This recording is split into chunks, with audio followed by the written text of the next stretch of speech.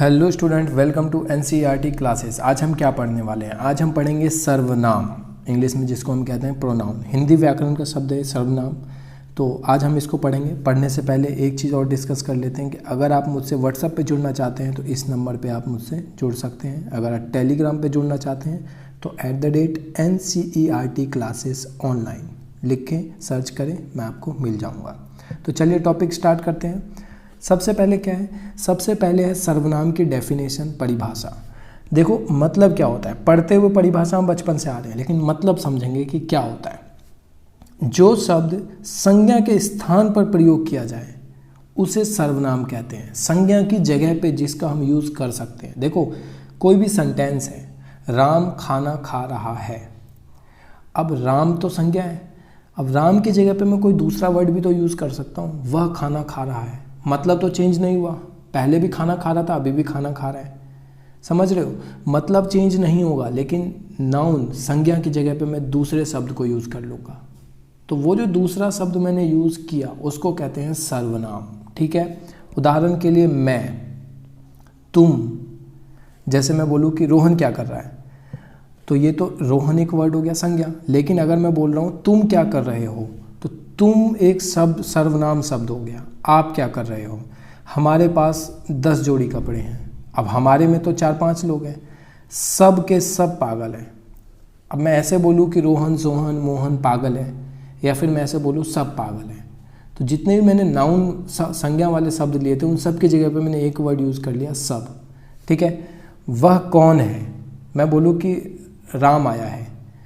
अब राम की जगह पे मैं बोलूँ वह आया है, तो आया है दोनों में, लेकिन राम की जगह पे मैंने वह यूज़ कर लिया। समझ रहे हो? एग्जाम्पल से समझते हैं। अब जैसे मैं इसको बोलूँ, ये कौन है? भीम है। बचपन में सब पढ़ते हुए आ रहे हैं, छोटा भीम, लड्डू खा के ताकत आती है इसमें।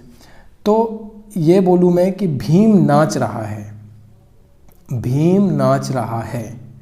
और एक चीज़ मैं बोलूँ कि वह नाच रहा है। फ़र्क है ना दोनों में। मैंने पहले बोला भीम, भीम नाच रहा है। अब मैं बोल रहा हूँ वह नाच रहा है। भीम की जगह पे मैंने वह यूज़ कर लिया। तो भीम तो एक संज्ञा था, लेकिन जब मैंने वह यूज़ करा पे तो वह एक सर्वनाम हो गया। ठीक है, मतलब चेंज नहीं हुआ, सेंटेंस गलत नहीं हुआ, लेकिन यहाँ पे मैंने दूसरा एक शब्द यूज़ कर लिया। समझ रहे हो? यहाँ पे 3 लोग सो रहे थे, एक तो दादी अम्मा है, एक खरगोश है और एक पता नहीं एक जानवर है। तो 3 लोग सो रहे हैं। अब तीनों का अलग अलग नाम लेके बोलूँ कि सो रहे हैं, या फिर मैं ये बोलूँ कि सब सो रहे हैं। तो ये जो सब शब्द है ना, ये शब्द, ये है सर्वनाम। मैं बोलूँ राजू खेल रहा है, या फिर मैं बोलूँ कि मैं खेल रहा हूँ। राजू हो सकता है मेरा ही नाम है, मतलब मेरा नाम नहीं है राजू, लेकिन मैं ऐसे बताऊँ तो मैं खेल रहा हूँ, या फिर मैं अपना नाम लेके बोलूँ कि सोहन खेल रहा है। तो सोहन की जगह पे मैंने मैं शब्द यूज़ करा, तो ये एक सर्वनाम शब्द है। समझ रहे हो? सेंटेंस वही है, मतलब वही है, लेकिन शब्द अलग यूज़ कर लिया मैंने। संज्ञा के स्थान पे मैंने एक दूसरा नया शब्द यूज़ कर लिया। जो शब्द संज्ञा के स्थान पे यूज़ हो जाए उसको कहते हैं सर्वनाम। ठीक है, इसके टाइप्स देखते हैं। देखो इसके टाइप्स हैं को टोटल 6, लेकिन इसमें कुछ सब टाइप भी आ जाता है। सब टाइप का मतलब टाइप के अंदर टाइप, वो सारा पढ़ेंगे, समझने में बिल्कुल दिक्कत नहीं आने वाली है। देखो सबसे पहले है पुरुषवाचक सर्वनाम। पुरुषवाचक सर्वनाम का क्या मतलब होता है? यहाँ पे देखो थोड़ा सा एक भेदभाव आ जाता है, पुरुष ही क्यों, स्त्री क्यों नहीं। तो स्त्रीवाचक सर्वनाम नहीं होता, वर्ड है पुरुषवाचक सर्वनाम। तो क्या है मतलब इसका? एक तो वो होता है जो बोलता है, एक वो होता है जो सुनता है, और कई बार ऐसा भी होता है कि मैं तो बोल रहा हूँ, सामने वाला सुन रहा है, लेकिन बात किसी थर्ड की हो रही है। जैसे कि रोहन ने सोहन से बात करी, किसके बारे में? मोहन के बारे में। रोहन और सोहन आपस में बात करें कि भैया मोहन तो देखो ऐसा है वैसा है। तो यहाँ पे रोहन बात कर रहा है, अभी बोल कौन रहा है? रोहन बोल रहा है। तो रोहन हो गया उत्तम पुरुष। देखो अपने आप में सब उत्तम होते हैं, जो बोल रहा है ना वो अपने आप को बड़ा बताता है। जो भी बोल रहा है, मैं सबसे बढ़िया, मैं ये, मैं वो, घमंड। तो यहाँ पे जो बोल रहा है, बोल कौन रहा है? रोहन बोल रहा है। किससे बोल रहा है? सोहन से। तो बोल रहा है रोहन, इसका मतलब उत्तम पुरुष। पहला आदमी कौन हुआ? रोहन हुआ। सुन कौन रहा है? सोहन। तो दूसरा आदमी जो ये सेकंड वाला है, मध्यम पुरुष, ये हुआ सोहन। किसके बारे में बात हो रही है? मोहन के बारे में। ये थर्ड पर्सन है, इसका मतलब अन्य आदमी है जो यहाँ पे नहीं है, प्रेजेंट नहीं है, अन्य है, कोई अन्य मतलब दूसरा कोई। तो ये है थर्ड, अन्य पुरुष। तो बोलने वाला जो होता है वो होता है उत्तम, जो सुनने वाला होता है वो होता है मध्यम पुरुष, और जो जिसके बारे में बात हो रही है अगर वो थर्ड आदमी है तो एक होता है अन्य पुरुष। ठीक है, तो तुम ऐसे याद कर लो कि देखो जो बोल रहा होता है ना, जो बात कर रहा होता है, एक्चुअली में वो खुद को सबसे बड़ा मानता है। उत्तम पुरुष, उत्तम मतलब होता है जो सबसे बढ़िया हो। उत्तम वर्ड का मतलब अगर हम देखें तो उत्तम तो वही है जो बोलेगा, ठीक है, सबसे बढ़िया तो वही है, घमंड है उसमें।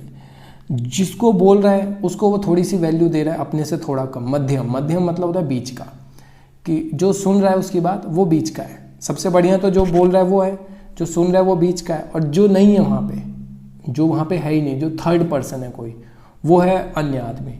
ठीक है, इंग्लिश में कैसे कहते हैं इसको? फर्स्ट पर्सन, सेकंड पर्सन और थर्ड पर्सन। ठीक है, first, second, third person English में कहते हैं। सेकंड क्या है? निश्चयवाचक, संकेतवाचक सर्वनाम, जिससे कुछ निश्चितता का पता चले। इस सब के डेफिनेशन, सबका मतलब, सबके एग्जाम्पल हम पढ़ेंगे। ठीक है, अनिश्चयवाचक सर्वनाम, जो अनिश्चित चीज़ होती है, जिसके बारे में कुछ एग्जैक्ट ना पता हो। संबंधवाचक सर्वनाम, कुछ संबंध बताए किसी चीज़ में, किस चीज़ में, वो जब हम पढ़ेंगे तब देखेंगे। प्रश्नवाचक, ऐसे वर्ड, देखो सर्वनाम जब भी मैं बोल रहा हूँ तो आपके माइंड में आ जाना चाहिए कि मैं किसी शब्द की बात कर रहा हूँ। प्रश्नवाचक सर्वनाम मतलब प्रश्नवाचक शब्द, ऐसे शब्द जिससे प्रश्न का पता चलता है, जैसे क्यों, क्या, किसके, कैसे, कब। ये सब ऐसे वर्ड है जो हम प्रश्न पूछने के लिए यूज़ करते हैं कि कब हुआ ये, मैं तो पता ही नहीं था। क्यों हुआ, अच्छा कैसे हो गया ये, तो ये प्रश्न पूछने के लिए यूज़ करे जाते हैं। तो शब्द का, सर्वनाम का मतलब है शब्द। ठीक है, ऐसे शब्द जो प्रश्न पूछने के लिए यूज़ करे जाते हैं। निजवाचक का मतलब होता है जो अपने खुद के लिए यूज़ करा जाता है, स्वयं के लिए। ठीक है, जब मैं खुद के लिए काफ़ी वर्ड्स यूज़ करता हूँ ना, तो वो होता है। हम इसकी डेफिनेशन पढ़ेंगे, अभी बिल्कुल भी इतना टेंशन लेने की कोई ज़रूरत नहीं है। स्टार्ट करते हैं एक एक करके। सबसे पहले है यहाँ पे क्या है? पुरुषवाचक सर्वनाम। अब मैंने जैसे कि बोला पुरुष 3 तरीके की, तो स्टार्ट करते हैं। ऐसे सर्वनाम शब्द जिसका बोलने वाले, सुनने वाले और अन्य के लिए उपयोग किया जाता है। बोलने वाला कौन? बोलने वाला फर्स्ट पर्सन यानी मैं, उत्तम पुरुष। ठीक है, उत्तम पुरुष यानी मैं। अब उत्तम पुरुष भी देख लेते हैं। बोलने वाला व्यक्ति जिन शब्दों का उपयोग करता है खुद के लिए, स्वयं के लिए, वो होता है उत्तम पुरुष।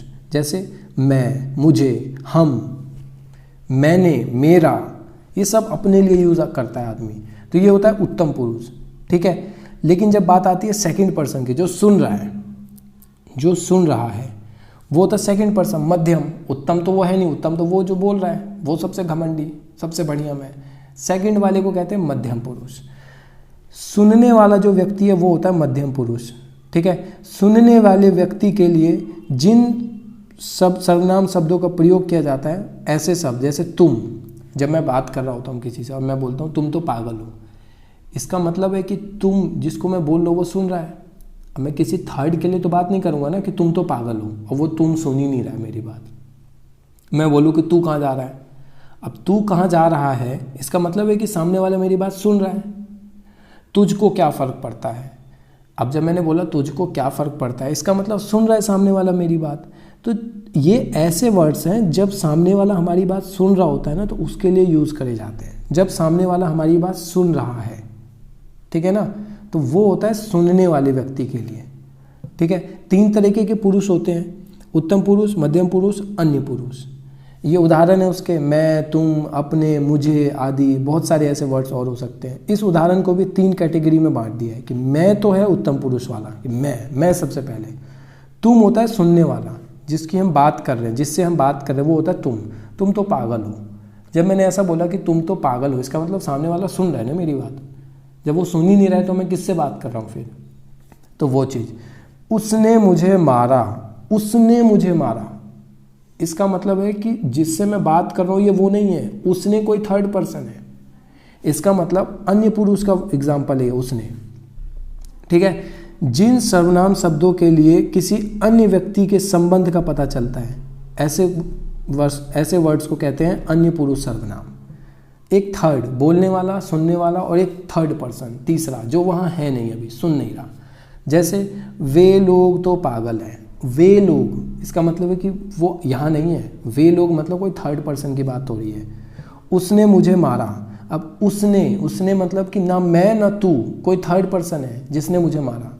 ठीक है, उसको तो मैं देख लूँगा, उसको देख लूँगा, मतलब कोई थर्ड पर्सन है, यहाँ नहीं है वो, न मैं हूँ न तू है, उसको मैं देख लूँगा, मतलब कि कोई तीसरा आदमी है। वह जा रहा था, वह जा रहा था, अब वह न मैं हूँ न ये सामने वाला जिससे मैं बात कर रहा हूँ, वह है मतलब कोई थर्ड पर्सन है, वह जा रहा था। समझ रहे हो, जब मैं बात कर रहा होता ना तो सामने वाले के लिए तो तू, तुझको, तुझे, तूने, तुमको ऐसे वर्ड्स यूज़ करता हूँ। अपने लिए तो मैं, हम, मैंने, मेरा, मुझे ऐसे वर्ड्स यूज़ करता हूँ। और थर्ड पर्सन के लिए वे, उसने, उसको, वह ऐसे ऐसे वर्ड्स यूज़ करता हूँ। ठीक है, तो यहाँ पे 3 कैटेगरी बट गई ना। ऐसे वर्ड्स जो मेरे को दर्शाएं वो होता है उत्तम पुरुष।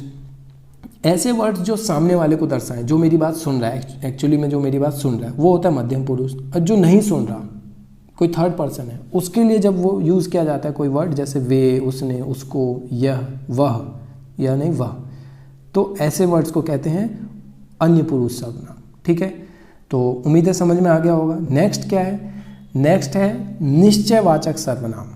अब देखो, निश्चयवाचक सर्वनाम वर्ड से ही पता चल रहा है, ऐसी वस्तु, मतलब ऐसे शब्द जिससे कुछ निश्चितता का पता चलता है। जैसे मैं बोलूँ यह किताब मेरी है, इसका एक डेफिनेशन पढ़ लेते हैं, उसके बाद एग्जाम्पल से समझेंगे।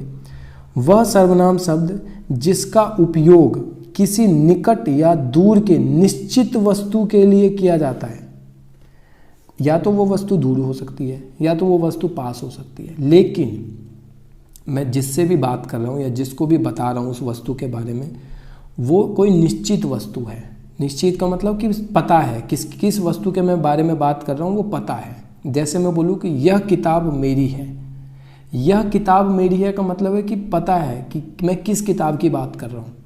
ठीक है ना, जस्ट सपोज मुझे पता ही नहीं है कौन सी किताब है और मैं उसको बोलूँ यह किताब मेरी है, सामने वाला तो यही सोचेगा ना कि मुझे पता है किताब। यह तो तभी यूज़ होता है वर्ड, रियल लाइफ में हम यूज़ करते हैं जब हम किसी से बात करते हैं, कहते हैं अरे ये बाइक तो मेरी है, ये बाइक मेरी है, इसका मतलब बाइक फिक्स है, मैं किस बाइक की बात कर रहा हूँ फिक्स है। ऐसा नहीं है कि मुझे नहीं पता कि कौन सी बाइक की मैं बात कर रहा हूँ।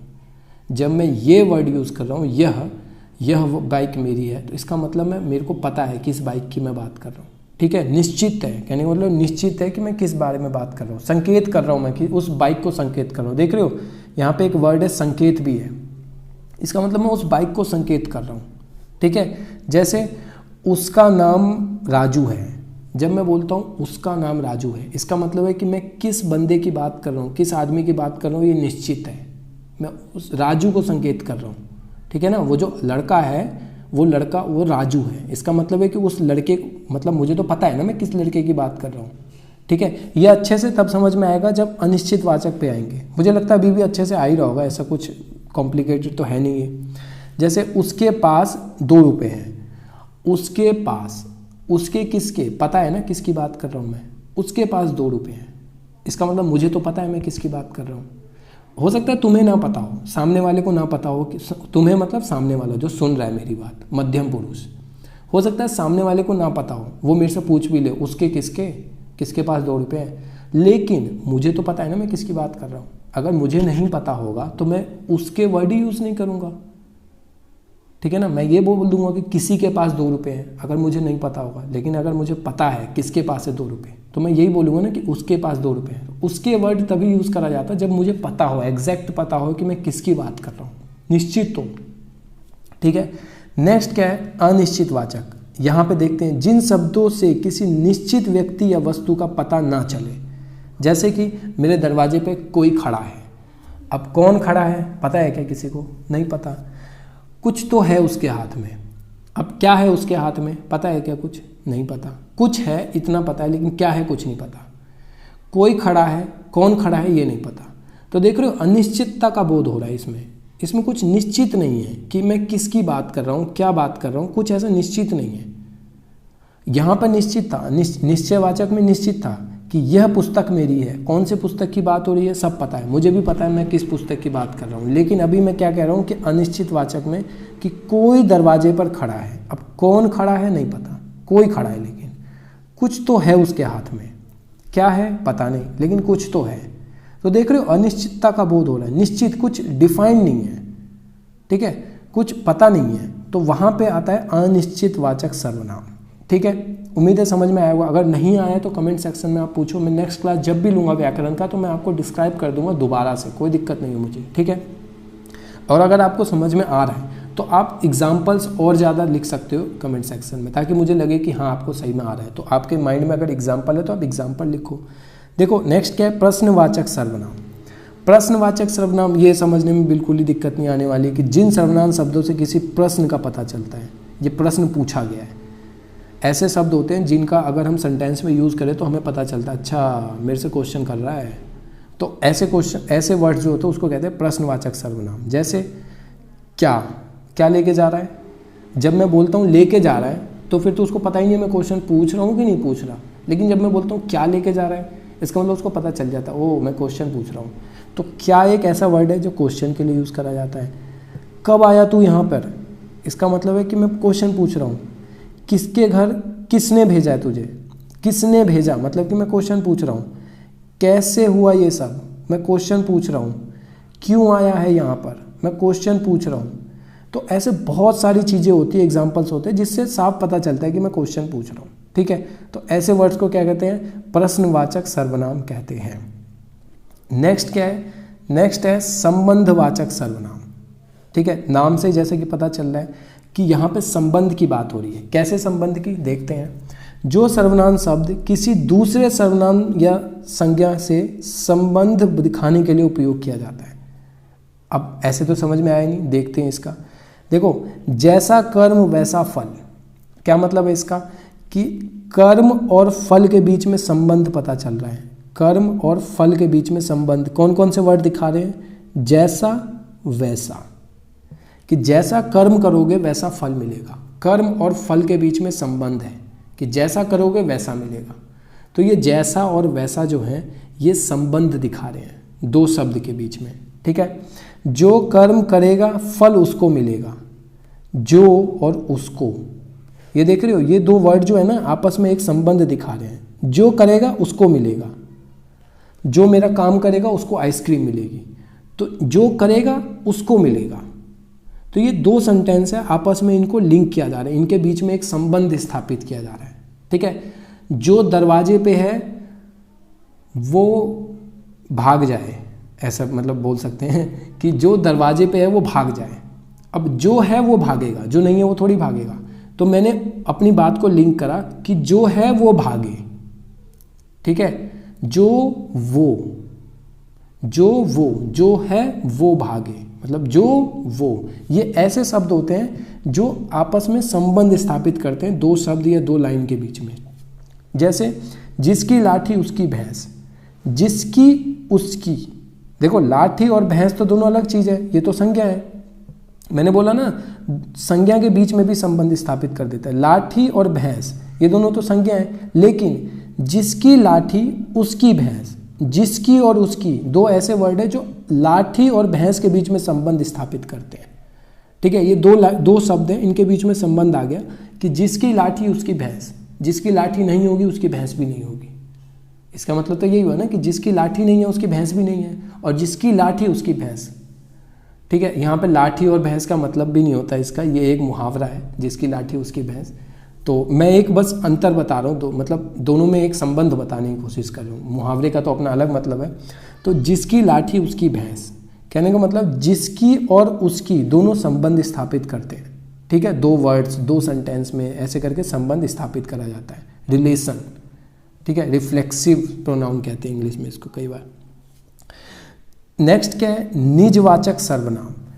अब इसका क्या मतलब है, देखो ये थोड़ा सा इसको दिमाग खोल के समझना, एक ही चीज़ है जिसको हम थोड़ा सा अलग तरीके से पढ़ते हैं। जैसे देखो, वह सर्वनाम शब्द जो स्वयं के लिए उपयोग में लाया जाता है, मतलब स्वयं के लिए उपयोग किए जाते हैं ऐसे शब्द। जैसे मैं, देख रहे हो मैं, ये जो मैं शब्द है ना ये निजवाचक नहीं है। अब तुम बोलोगे स्वयं के लिए तो मैं यूज़ करते हैं, जब मैं अपनी बात कर रहा हूँ तो तब मैं शब्द यूज़ करता हूँ। देखो मैं जो है ना, मैं अपने लिए यूज़ करता हूँ, वो एक पुरुषवाचक हुआ। पुरुषवाचक में भी उत्तम पुरुष, याद है ना। मैं जब अपनी बात करता हूँ तो घमंड से बात करता हूँ, मैं जो हूँ मैं उत्तम पुरुष। सामने वाले के लिए बात करूँगा तो वो होता है मध्यम पुरुष। तो यहाँ पे उत्तम पुरुष मध्यम पुरुष की बात हो रही है, मैं एक उत्तम पुरुष हुआ। लेकिन जब मैं बात करता हूँ ना, अपना काम स्वयं करता हूँ या फिर खुद करता हूँ, तो ये स्वयं या खुद, ये जो वर्ड है ना, ये है निजवाचक। ठीक है, मैं अपने पिताजी के साथ जाऊँगा, अपने पिताजी के साथ, अपने, देख रहे हो स्वयं के लिए यूज़ हो रहा है वर्ड।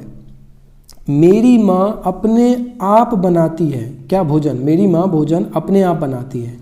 तो ये जो वर्ड है ना, अपने आप माँ के लिए यूज़ हो रहा है। देखो स्वयं के लिए का मतलब ये नहीं कि मैं हमेशा अपने लिए यूज़ करूँगा, किसी के लिए भी, पर्सनल के लिए, चाहे वो उत्तम पुरुष हो, सुनने वाला हो, या कोई थर्ड पर्सन हो, या तो मैं हूँ, उत्तम पुरुष, मध्यम पुरुष या अन्य पुरुष, कोई भी हो सकता है। जैसे एक वर्ड है आप, कई बार इस वर्ड का यूज़ हम क्या करते हैं, कई बार हम इस वर्ड का यूज़ करते हैं किसी को इज्जत देने के लिए, कि आप कहाँ जा रहे हैं।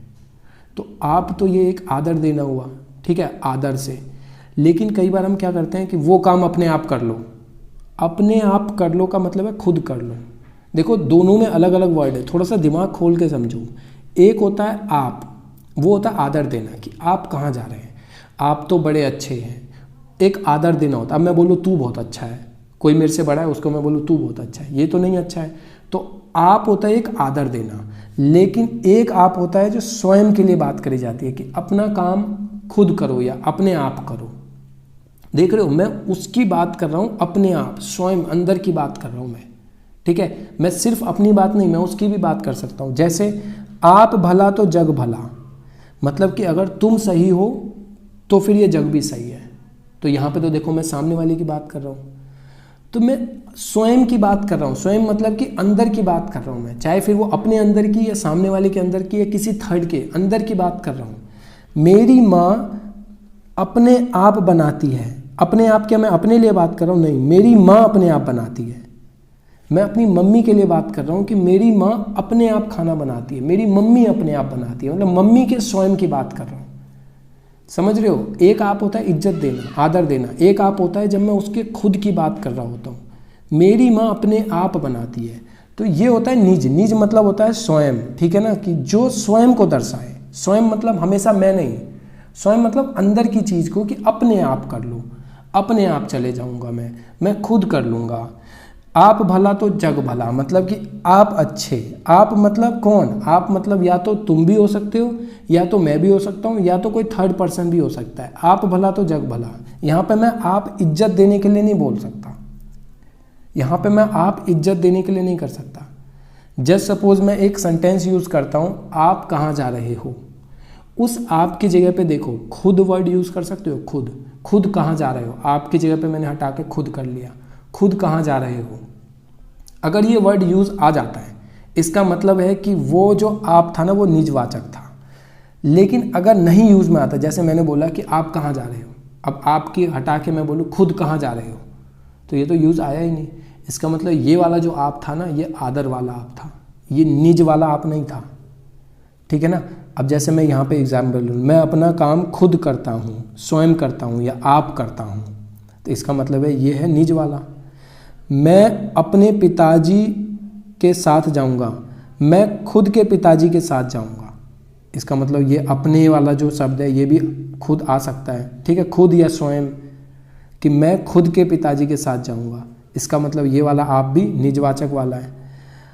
खुद भला तो जग भला, इसका मतलब आप भला तो जग भला, कि आपकी जगह पे मैंने खुद वर्ड यूज़ करा कि खुद भला तो जग भला, इसका मतलब यहाँ पे भी फिट खा गया। मेरी माता भोजन अपने आप बनाती है, या मेरी माता भोजन खुद बनाती है। देखो इस अपने आप वाले जगह पे भी खुद आ गया, अपने आप को हटा के मैं खुद डाल सकता हूँ। तो जहाँ पे ये खुद वर्ड या स्वयं वर्ड यूज़ में आ जाए ना, उसको हटा के यूज़ करो, दूसरा वर्ड खुद वर्ड यूज़ करो। अगर ये यूज़ में आ जाता है, इसका मतलब है कि ये निजवाचक वाला था। ठीक है, लेकिन अगर नहीं यूज़ में आता है, जैसे कि आप कहाँ जा रहे हो, मैंने एक एग्जांपल लिया, तो खुद कहाँ जा रहे हो, ये तो वर्ड यूज़ कुछ मतलब ही नहीं बना इसका। खुद कहाँ जा रहे हो, क्या मतलब है इसका, सेंटेंस गलत हो गया यहाँ तो जब सेंटेंस गलत हो गया, इसका मतलब है कि ये वाला जो आप था ना, कि आप कहाँ जा रहे हो, ये एक आदर वाला आप था, ये निजवाचक वाला आप नहीं था। जिस आप या अपने या स्वयं की जगह पे खुद वर्ड यूज़ में आ जाए ना, एक बारी हटा के खुद वर्ड यूज़ करके देखो, खुद, अगर खुद यूज़ में आ जाता है, इसका मतलब है कि वो एक निजवाचक सर्वनाम था। देखो मैंने अपनी तरफ से बेस्ट कोशिश करी है समझाने की। अगर समझ में नहीं आया तो मैं दोबारा कोशिश करूँगा, आप कमेंट सेक्शन में लिख दो। अगर समझ में आ गया है तो एक बारी आप लाइक कर दो, शेयर कर दो दोस्तों को। और अगर आपके पास और भी एग्जांपल्स हैं, जितने भी मैंने टाइप्स यूज़ करे हैं, अगर आपके पास और भी एग्जांपल्स हैं तो कमेंट सेक्शन में लिखो, मेरे को भी याद आएगा कि अच्छा हाँ ये एक एग्जांपल भी हो सकता था, और खुशी होगी कि आपको समझ में आया, इसका मतलब आप एग्जांपल लिख रहे हो। तो मिलते हैं अगली क्लास में, तब तक के लिए सुरक्षित रहे, स्वस्थ रहें, मस्त रहें।